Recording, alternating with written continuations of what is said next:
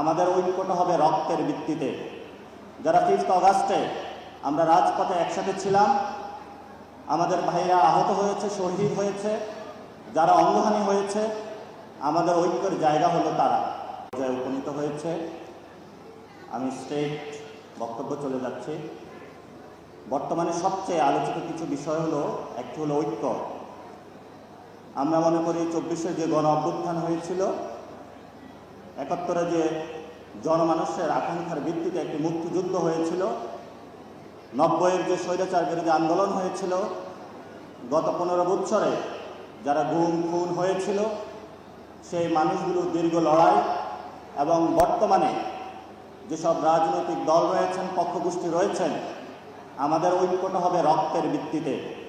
যারা 5 অগাস্টে আমরা রাজপথে একসাথে ছিলাম, আমাদের ভাইরা আহত হয়েছে, শহীদ হয়েছে, যারা অঙ্গহানি হয়েছে, আমাদের ঐক্যের জায়গা হলো তারা। এই ঐক্য থেকে যদি আমরা বিচ্যুত হই, আমরা মনে করি জাতীয় নাগরিক কমিটির পক্ষ থেকে বাংলাদেশ একটি সংকটকালীন মুহূর্তে পড়বে। গত 15 বছরে অসংখ্য ভাই শহীদ হয়েছেন, আহত হয়েছেন। তাদের ত্যাগ তিতিক্ষা শেষ পর্যন্ত ছাত্র সমাজে পড়ার টেবিলে গিয়ে বসে। ছাত্ররা তাদের পড়ার টেবিল ছেড়ে জাতির এই সংকটকালীন মুহূর্তে বাংলাদেশকে পুনরুদ্ধারের জন্য, ফ্যাসিস্ট সরকারের বিলুপ্তির জন্য ঐতিহাসিক 3 তারিখে এক দফা দাবি দিয়েছিল।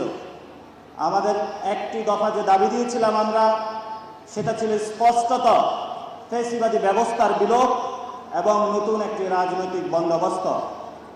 এই ফ্যাসিবাদী ব্যবস্থার বিলোপে আমরা গত 5 মাস সকল রাজনৈতিক পক্ষ গোষ্ঠী এবং যারা প্ল্যাটফর্ম রয়েছেন একীভূত হয়ে কাজ করছি।